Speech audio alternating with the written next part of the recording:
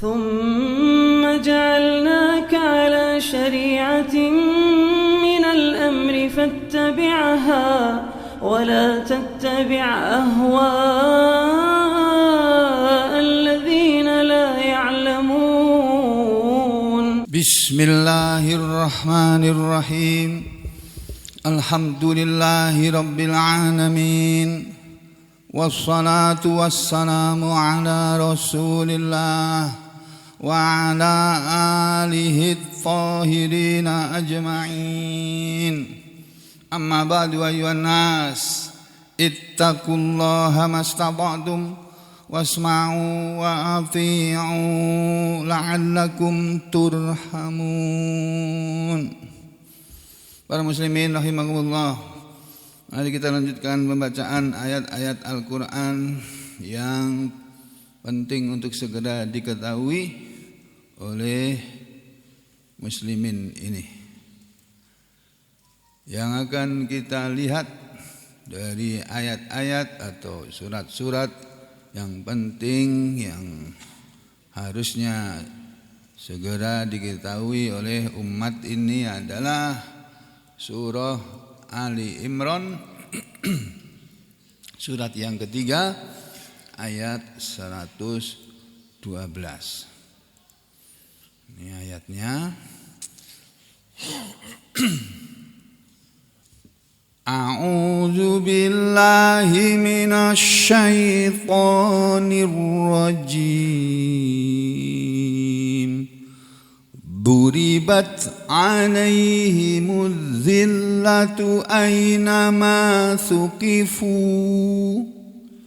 illa bihablim minallahi wa hablim minan nas wa ba'u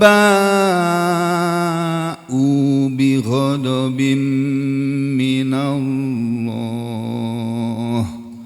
wa duribat alaihimul maskanah dzalika bi annahum kanu yakfuruna bi ayatillah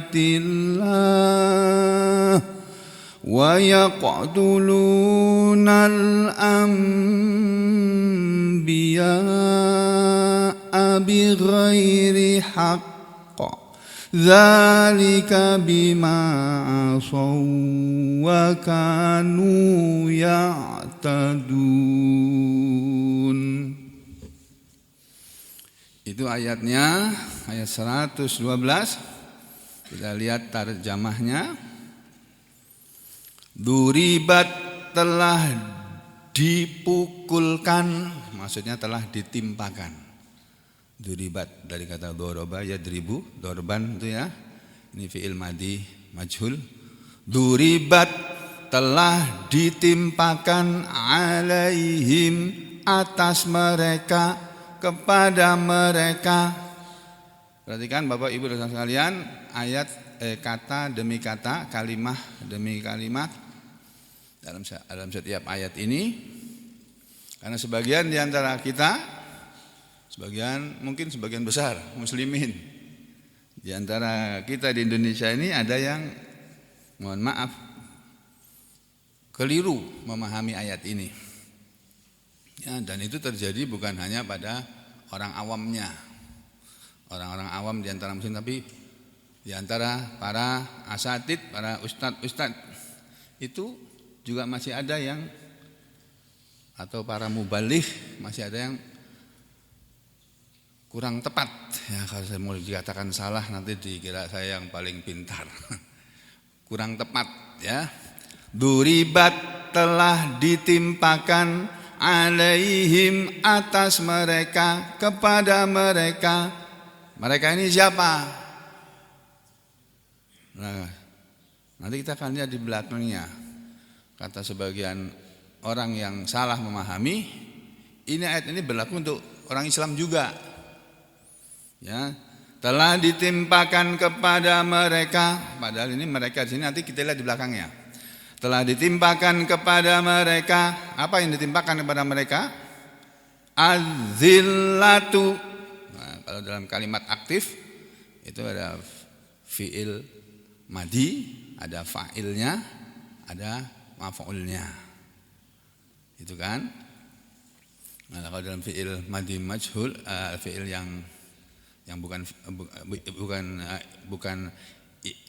jumlah yang terdiri dari fi'il, fa'il dan maf'ul, tapi fi'ilnya fi'il bukan ma'lum, fi'il majhul.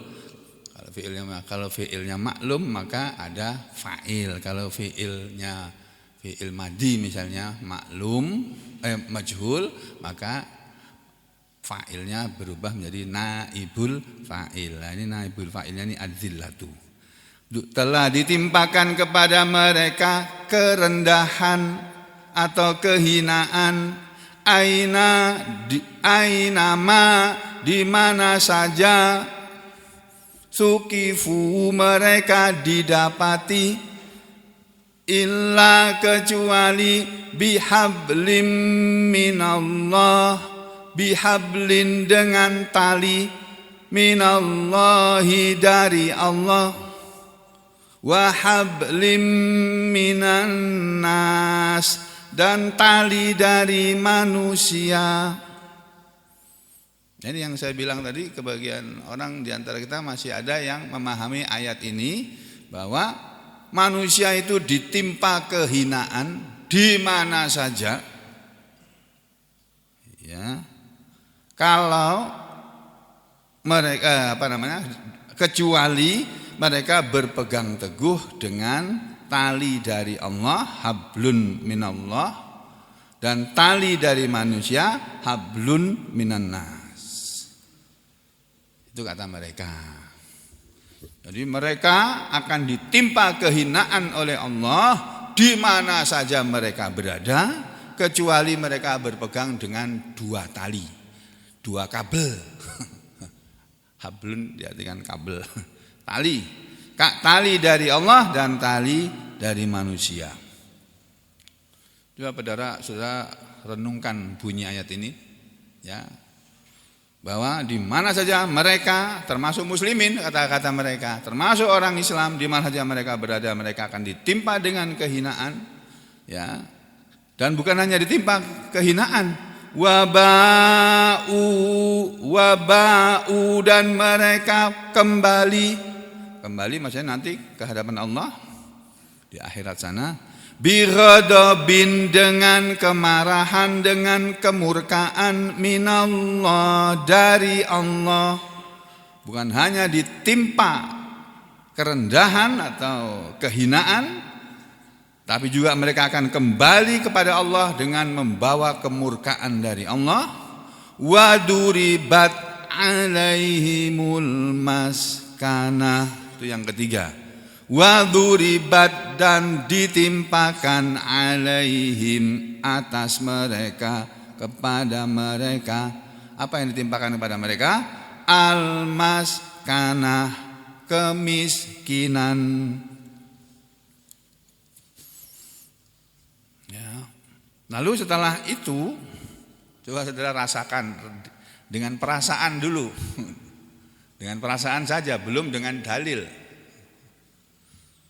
Kalau ini berlaku untuk muslimin, kalau ini berlaku untuk semua umat Islam, saudara perhatikan siapa mereka yang dimaksud oleh Allah dalam ayat ini, bahwa akan ditimpa kehinaan, akan kembali menghadap kepada Allah dengan membawa kemurkaan dari Allah, dan akan ditimpakan kepada mereka di dunia ini kemiskinan, jadi di dunianya ditimpa kemiskinan dan kerendahan, kehinaan, di akhiratnya akan dimurkai oleh Allah.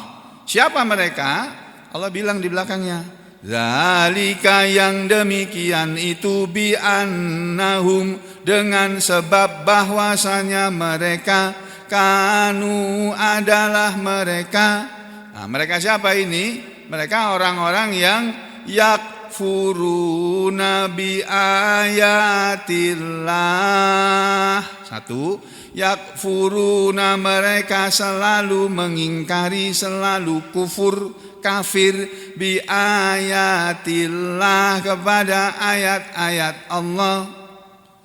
Terus yang kedua, wa yaqtulunal anbiya'a bighairi haqq, dan mereka membunuh nabi-nabi, wa yaqtuluna, dan mereka membunuh al-anbiya'a, para nabi-nabi itu, bighairi haqq, dengan tanpa hak. Dengan tanpa hak, mereka nggak punya hak membunuh para nabi, tapi mereka lakukan itu. Nah, saudara, sampai di sana kita tahu apa orang Islam ada yang pernah membunuh nabi-nabi? Apa umat Nabi Muhammad SAW ini ada yang pernah membunuh nabi-nabi? Nggak ada kan? Nggak ada.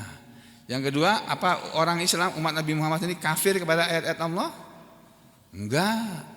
Umat Islam ini beriman kepada ayat-ayat Allah. Jadi dari sini saja sudah ketahuan bahwa ini bukan ayat yang berlaku untuk muslimin. Itu.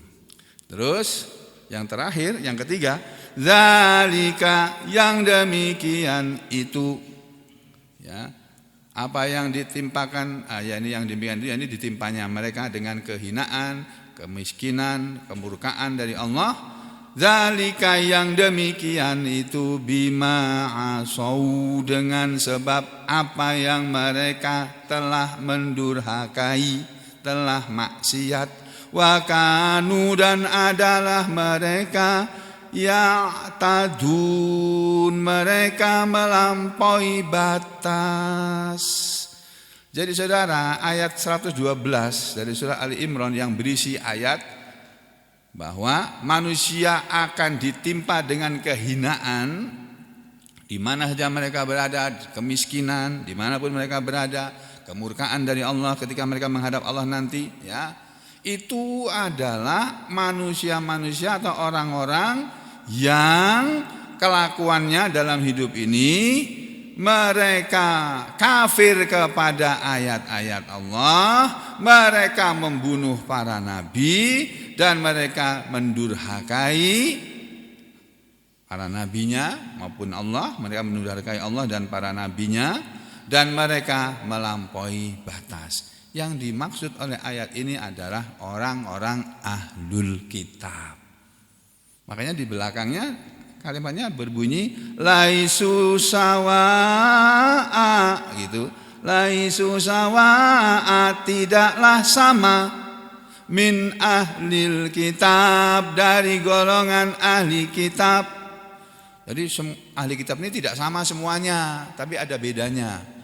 Ada perbedaan di antara orang-orang ahli kitab itu. Nanti di belakang diterangkan, bedanya adalah sebagian dari orang ahli kitab itu ada yang kemudian mereka beriman kepada ayat-ayat Allah, bukan kafir kepada ayat Allah. Ya, mereka taat kepada Allah dan Rasulullah Muhammad SAW karena mereka masuk Islam. Tidak kafir kepada ayat Allah, tapi mereka iman kepada ayat Allah dengan masuknya mereka kepada Islam. Kemudian mereka tidak durhaka kepada Allah, tapi mereka taat kepada Allah dan Rasulnya. Dan mereka dalam hidup ini tidak melampaui batas, tidak berbuat hal-hal yang melampaui batas. Mereka ngikut sami'na wa ata'na, ya, dalam surah Al-Baqarah itu di sana, ya. Jadi ayat 112 ini yang menerangkan bahwa ada hablun minallah dan hablun minan nas, atau hablun minallah dan hablun minan nas, itu adalah untuk orang-orang ahlul kitab. Orang ahlul kitab itu, Yahudi dan Nasara itu, mereka harus berpegangan dengan dua tali ini untuk supaya tidak ditimpa kehinaan, ya, tidak ditimpa kerendahan, tetap dihormati keberadaannya, ya, tidak dimusuhi, tidak diperangi. Syaratnya mereka harus berpegang kepada tali dari Allah, ya, ini aturan Islam ini, mereka harus tunduk kepada aturan Allah, pada ayat-ayat Allah, pada Al-Quran ini. Kemudian mereka juga harus berpegang kepada tali dari manusia, jaminan dari manusia, zimmah dari manusia, yaitu para pemimpin muslimin. Jadi orang-orang ahli kitab itu tidak akan terhina, tetap dihormati. Seperti dulu di zaman Nabi ketika sudah hijrah ke Madinah, ya, Nabi dengan orang-orang yang ada di Madinah, awal mulanya mereka itu hidup tentram, aman dan damai karena mereka memegang perjanjian. Ya, Nabi sudah dakwah kepada orang Yahudi, sudah dakwah kepada orang Nasara juga, dan mereka sudah dengar dakwahnya Nabi sejak Nabi masih ada di Mekah. tapi mereka tidak mau juga beriman dengan Nabi Muhammad SAW, sampai akhirnya mereka ingin ketemu dengan Nabi untuk dialog dengan Nabi. Nabi mengiyakan keinginan mereka untuk dialog, dan mereka akhirnya para pendeta Yahudi dan menurut sebagian riwayat juga pendeta Nasara, itu pendeta Nasrani datang menemui Nabi di masjid Nabi untuk kemudian Nabi ditanya oleh mereka, ya Rasulullah, hei Muhammad, bukan ya Rasulullah, hei Muhammad, apa sih ajaran kamu itu? Ajaran kamu itu menyuruh apa sih? Lalu turun surat Ali Imran ini dari ayat 1 sampai ayat 80 lebih, itu termasuk ayat ini tadi. Jadi orang Yahudi harus berpegang dengan 2 tali, orang Nasara harus berpegang 2 tali. Tapi kalau muslimin talinya cuma 1 yang disebut di ayat 100 berapa kemarin? Ayat 100 ya, ayat 102 ya. Ya bukan ayat 102, ayat 103. Wa tasimu bihablillahi jami'a, dan berpegang teguhlah kalian semua hai orang-orang yang beriman, bihablillahi dengan tali Allah, jami'an dalam keadaan bersama-sama berjamaah dan seterusnya. Nah, kalau untuk muslimin yang ditujukan oleh Allah kepada muslimin adalah ayat 103. Umat Islam muslimin ini punya 1 tali saja, yaitu hablullah, bukan hablum minallah dan hablum minannas. Kalau hablum minallah wa hablum minannas itu untuk orang selain muslim, begitu. Mudah-mudahan saudara bisa memahami, ya Allah beri pemahaman pada ayat ini. Nah, kita lihat tafsirnya sebentar Pak Bu ya mengenai ayat ini. Ibnu Katsir menerangkan mengenai ayat ini, duribat alaihimudz zillatu aina ma suqifu illa bihablim minallahi wa hablim minan nas. Ditimpakan kepada mereka kerendahan atau kehinaan di mana saja mereka berada, kecuali mereka berpegang kepada tali Allah, tali dari Allah dan tali dari manusia, hablun minallah dan hablun minan nas. Maksudnya kata Ibnu Katsir, alzamahumullahu dzillata was-saghar. Allah melazimkan kepada mereka, Allah kan ya taruhlah menimpakan kepada mereka adzillata, kerendahan, was-saghar dan kehinaan, was-sighar atau saghar ya, kekerdilan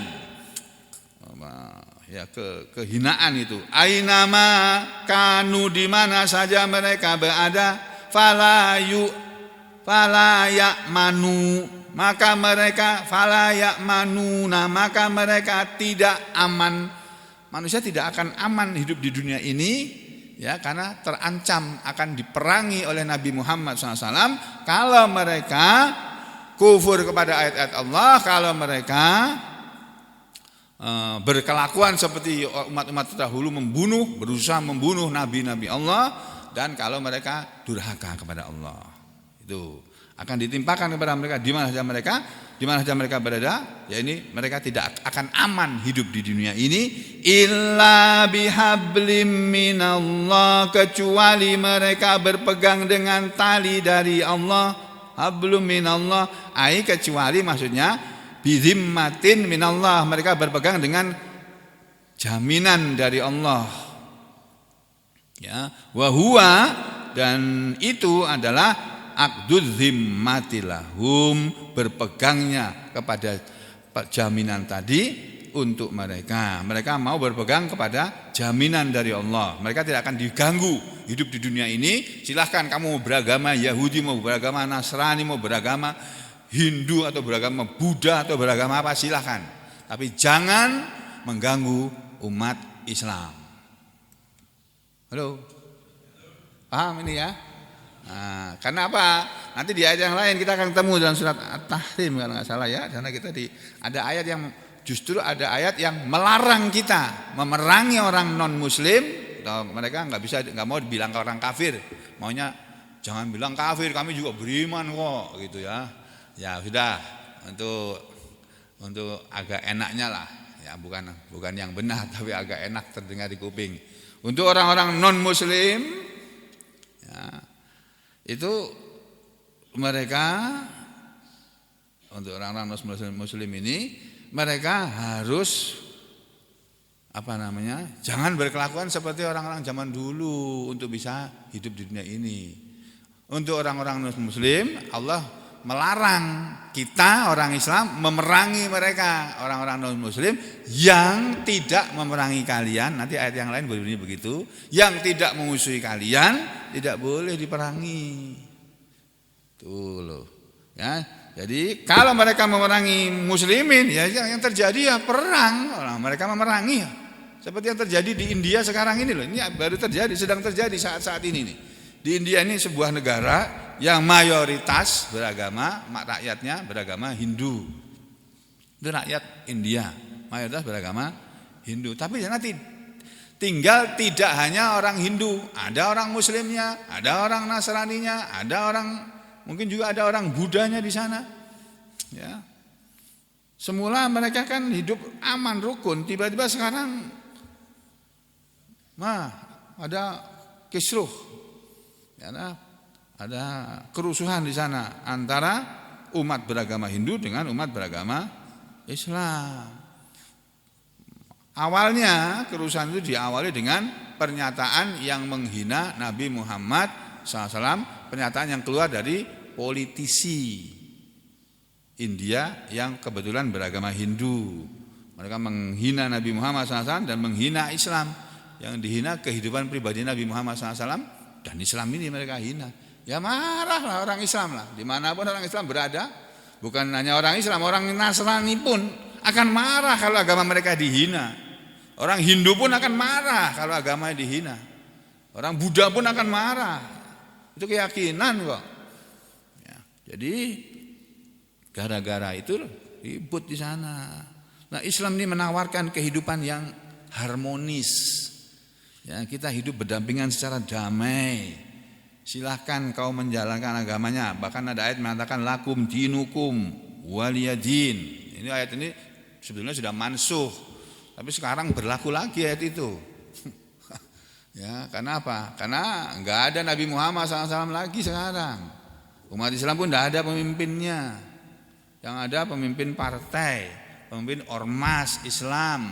Yang ada pemimpin ya umat yang bukan Al-Imamul A'zam, bukan imam besar. Nah, baru mau dibilang Habib Rizik adalah imam besar muslim aja. Tidak semua orang Islam di Indonesia ini sepakat. Baru Habib Rizik. Belum yang lainnya lagi. Nah, itulah keadaan kita. Ya, kita ini sekarang ini kita belum berpegang teguh kepada Al-Quran. Akibatnya ya seperti ini. Muslimin satu dengan yang lainnya enggak seia sekata, bahkan saling menjelekkan satu terhadap yang lain. Sementara yang seperti itu dilarang dalam Al-Quran ini. Nah, di sini Allah berbicara tentang orang-orang non-muslim. Orang muslim itu juga akan ditimpa oleh Allah dengan kehinaan dan kerendahan, kecuali mereka berpegang dengan tali dari Allah, jaminan dari Allah untuk mereka.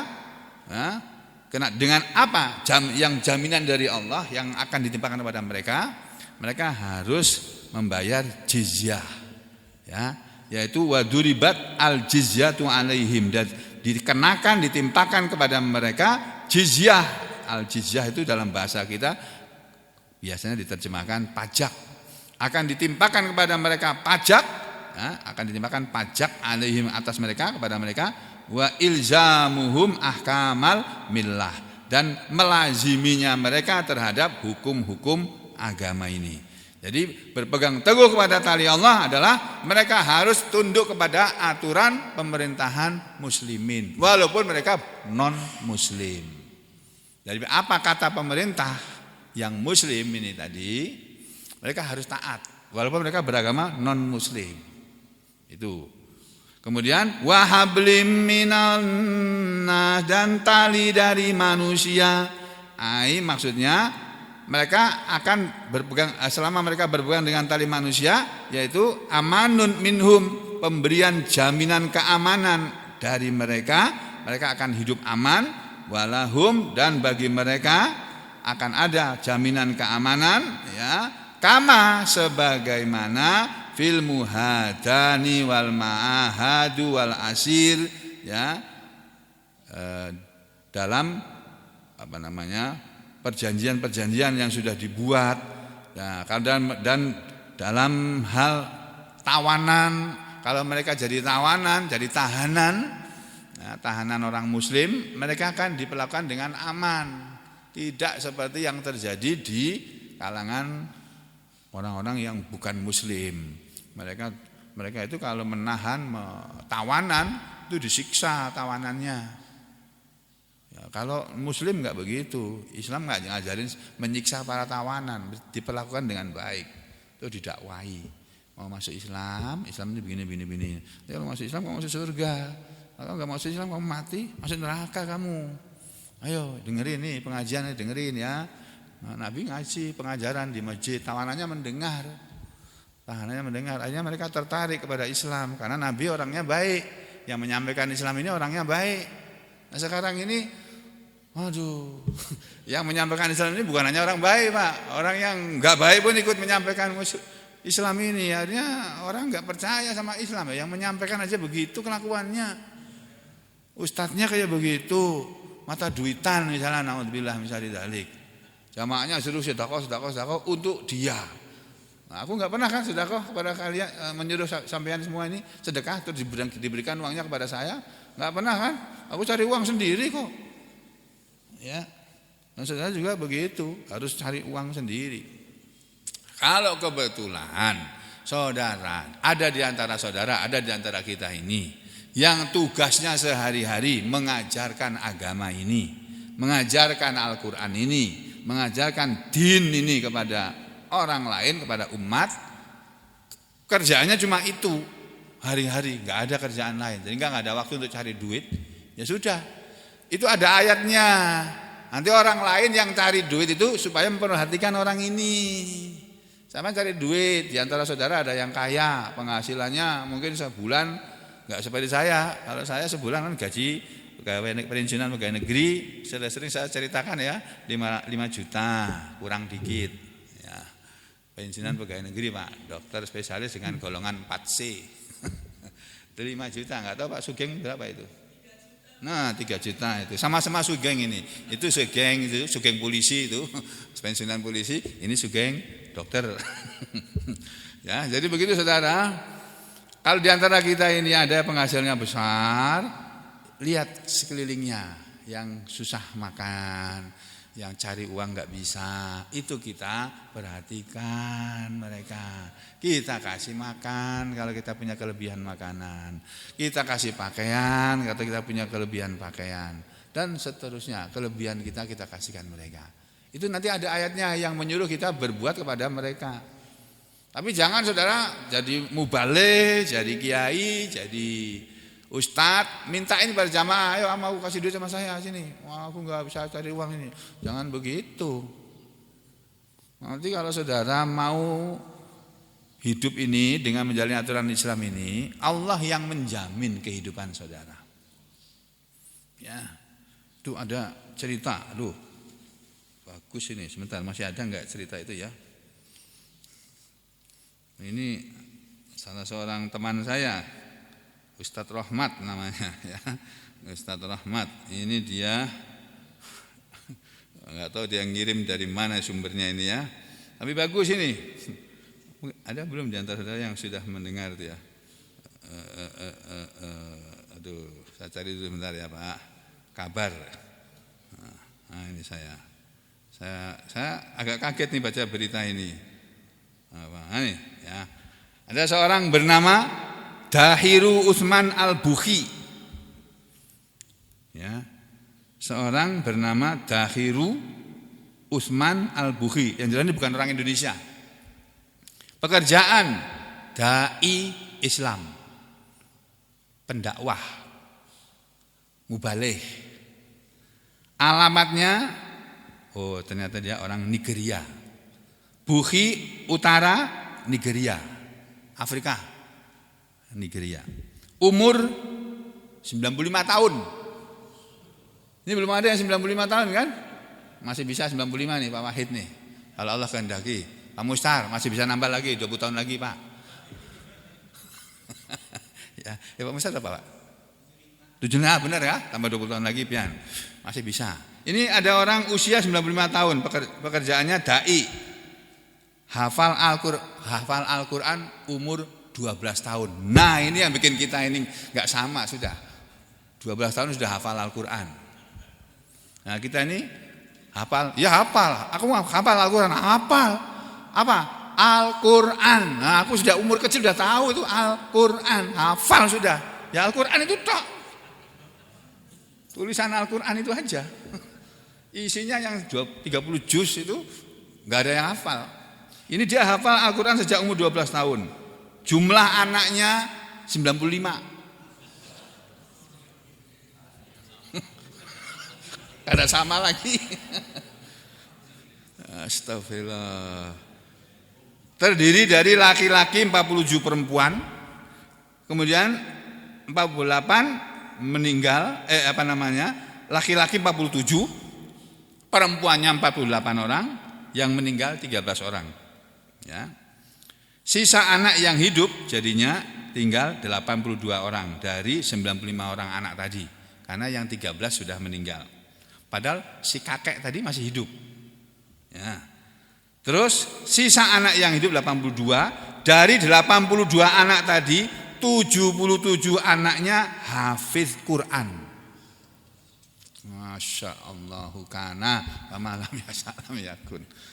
Ya, yang 72 anaknya hafiz Quran. Cucunya, kalau aku cucunya baru 9. Orang ini Pak, cucunya 406. Masya Allah. Bingung tuh sampean? Ini istrinya berapa ini? Setiap istri berapa ini? Kalau taruhlah istrinya 4, anaknya 95, ya berarti harus melahirkan, setiap istri harus melahirkan berapa Pak? 20-an lebih orang, ya. Mestinya, kecuali kalau mungkin yang terjadi setiap istrinya meninggal, dia kawin lagi. Masih ada 3 tapi dia kawin lagi, punya anak lagi. Lah aku ini nggak punya istri, nggak kawin lagi gitu. Nah, udah beda lagi sudah, ya. Nah, terus ini Pak. Cucunya 406, cucu laki-lakinya 236. Cucu perempuannya 170. Terus dari cucunya yang berapa tadi? 406 ini 188 hafid Quran. Buyutnya sudah punya buyut. Itu orang sini kalau bilang buyut apa Pak? Sama, buyut. Buyutnya ada 100. Dari 100 buyutnya tadi 13 buyutnya hafid Quran. Total anaknya, cucunya, buyutnya semuanya 601. Semuanya hidup dan mendapat rezeki dari Allah. Padahal pekerjaan cuma mengajarkan Al-Quran. Itu Pak. Jadi kita ini kalau bersungguh-sungguh Pak. Saya sering mengulangi berkali-kali. Dalam hidup ini saudara jangan mendahulukan apa-apa selain Allah. Allah yang harus kita utamakan dari segala urusan. Urusan kita dengan Allah itu yang paling utama dari semua urusan yang kita jalani dalam kehidupan ini. Harus begitu. Nah termasuk urusan dengan Allah adalah mengaji seperti ini. Ngaji Quran begini ini kita sedang berurusan dengan Allah ini Pak. Ini urusan kita dengan Allah melalui acara kita mengaji setiap pagi begini ini. Karena saudara kalau nggak ngaji di rumah mesti nggak ngaji, ya kan? Kalau nggak ngaji seperti ini di rumah nggak ada. Saya nggak yakin setiap sampean ini di rumah mengulangi lagi pelajarannya. Tadi ayat 112 ayatnya dihafalkan. Duribat alaihimul dhillatu aina ma suqifu illa bihablim minallahi wa hablim minan nas. Saya nggak yakin tuh. Hah? Orang Qur'annya taruh di sini kok. Ngaji Qur'annya, mushafnya taruh di sini pulang nggak bawa apa-apa. Bagaimana mau hafal pian? Halo. Nah, gitu. Kalau dulu saya Pak, saya tidak pamer, la farha, enggak bermaksud pamer. Saya dulu kuliah di Fakultas Kedokteran. Dan saya tamat SMA itu jangankan Al-Qur'an membaca Al-Qur'an. Lihat tulisan Arab ini Al-Qur'an ini, membacanya Al-Qur'an aja saya nggak bisa. Nggak bisa betul. Tamat SMA itu Pak. Udah 18 tahun, 17 tahun lebih lah. Enggak tamat SMA itu enggak bisa baca Al-Qur'an aku. Dan kalau baca Al-Qur'an di rumah, saya yang baca Al-Qur'an itu bukan ayatnya. tulisan Latin waktu tahun 78 itu ada mushaf Al-Quran satu-satunya waktu itu yang ayatnya bahasa tulisan Arabnya, di bawahnya ada tulisan Latinnya. Kalau sekarang kan banyak Pak ya. Dulu cuma satu itu waktu saya masih mahasiswa itu. Cuma satu aja, penerbitnya Diponegoro kalau nggak salah, penerbit Diponegoro, Bandung. Quran yang di bawahnya ada tulisan transliterasinya itu. Kalau sekarang hampir setiap mushaf itu ada transliterasinya. Dulu nggak ada. Saya kalau baca Quran baca yang tulisannya, bukan tulisan Arabnya Pak, tulisan Latinnya itu. Mungkin ada di antara saudara kayak gitu juga ya. Ya, karena belum biasa. Saya dulu begitu Pak. Tapi begitu saya kenal dengan Ustadz Mudakir yang sekarang ini Kiai Haji Ustadz Mudakir itu, saya diajak ngaji ke sana. Tiap hari saya diajak, ayo ngaji ke sana, ayo ngaji. Diajak ke Masjid Mangkubumen Al-Abrol Solo itu. Sampai sekarang masih ada masjidnya. Diajak oleh orang tetangga saya, ayo ngaji ke sana, bagus di sana, dibacakan Quran, diterangkan, ayo ikut. Mula-mula saya diajak enggak pernah mau Pak. Ya mungkin sama dengan sampean di sini yang pernah kayak gitu kan, diajak ngaji ke sini susah banget. Ya. Nah, tapi akhirnya ngaji juga. Dulu saya juga begitu Pak, diajak ngaji enggak mau. Kenapa? Saya takut kalau sampai di pengajian terus disuruh membaca Al-Quran. Itu aja sebabnya. Sama kan dengan sampean kan? Ya, iya. Sama ini pada di luar sana kan takut suruh ngaji nih. Ya. Iya. Dulu saya juga begitu. Makanya saya maklum tuh yang di luar yang nggak mau masuk itu. Takut disuruh, ayo Pak baca Quran. Aku takut itu, nggak mau aku. Tapi akhirnya enggak kok, kita enggak disuruh baca, kita cuma duduk mendengarkan. Oh kalau duduk mendengarkan, maulah. Aku duduk di belakang gitu. Ingat sekali waktu itu, yang pertama kali saya dengar penjelasan tafsir, pembacaan tafsir setiap pagi. Sampai sekarang masih berlangsung itu. Padahal sekarang dengan waktu saya tahun 78 sampai sekarang tahun 2022, berapa tahun itu Pak? Dari 78 sampai 2022. 22 ditambah 2000 dikurangi 100 dikurangi 78 berapa Pak? 44 tahun. 44 tahun masih berlangsung tuh di sana. Pagi ini juga sedang berlangsung. Ini mungkin sudah selesai nih. Ya. Saya dulu nggak mau juga begitu Pak. Akhirnya dengerin. Terus lama-lama tertarik. Surat yang pertama kali saya dengar dulu surat An-Nahl. Itu yang pertama kali saya dengar. Waktu itu nggak paham sama sekali. Kemudian masuk surat Al-Isra. Belum paham juga aku, belum bisa baca. Baru masuk surat Al-Kahfi, tambah belum nggak paham. Itu surat Al-Kahfi isinya susah, bacaannya saja banyak yang susah tuh diucapkan di mulut ini. Kalau baca surat Al-Kahfi baca cepat, mesti insya Allah keliru-keliru itu. Karena kata-katanya makhorijul hurufnya itu banyak yang berdekatan. Baru ketika masuk surat Maryam, aku sudah mulai mengerti Al-Quran itu, sudah mulai bisa menerjemahkan. Itu surat Maryam. Nah, sudah kembali ke sini ya. Jadi saudara, dalam hidup ini saudara jangan mendahulukan apapun atau siapapun. Urusan utama kita dalam hidup ini adalah urusan kita dengan Allah. Itu harus kita jaga betul. Nanti urusan kamu yang lainnya akan dimudahkan oleh Allah. Udah, percaya itu Pak, saya sudah membuktikan kok. Nah, begitu saudara melupakan Allah, sudah Allah akan melupakan sampean. Allah sudah bilang kok, kalau kamu ingat aku di waktu kamu sendirian, kata Allah dalam hadis qudsi itu, aku akan ingat kamu di saat kamu, aku akan kalau kamu ingat kepadaku ketika kamu dalam keadaan sendirian, aku akan ingat kamu bersama aku, yakni Allah bersama para malaikatku, akan ingat kamu. Ya, dan aku akan menolong kamu, ya, di saat kamu dalam keadaan terdesak, nggak ada bisa tempat, nggak tahu kemana harus minta tolong. Aku yang akan menolong kalian. Itu. Jadi saudara, kalau saudara kepingin dapat pertolongan Allah, ya mendekatlah kepada Allah, mendekat kepada Allah sebisa-bisanya. Jangan saudara lalaikan. Urusan gaji ini nomor 1 Pak. Urusan cari uang itu nomor 2, nomor 3, nomor 4, nomor 5. Jadi jangan pernah tinggalkan majelis taklim yang mengajarkan Al-Quran dan Sunnah Nabi di situ. Dimanapun saudara berada, kepada siapa saudara mengaji silahkan. Tapi yang dipelajari di tempat kajian tadi Al-Quran, Sunnah. Ya, Termasuk ke dalamnya adalah masalah fikih dan sebagainya. Itu baru saudara nanti akan aman hidup di dunia ini. Ya, silakan saudara buktikan. Nanti saudara akan diurusi oleh Allah. Kalau orang sudah diurusi oleh Allah, Pak, tenang saja, tenang. Ya, utamakan Allah, maka semua urusan yang lainnya Allah akan mudahkan. Tapi kalau saudara mengutamakan selain Allah, nanti urusan yang lainnya Allah nggak mau bantu. Ya sudah, kamu lebih mementingkan urusan itu ya. Ya sudah, kamu urus sendiri sana. Aku nggak mau ikut. Gitu ya. Itu Bapak Ibu saudara pesan yang perlu saya sampaikan pada pagi hari ini.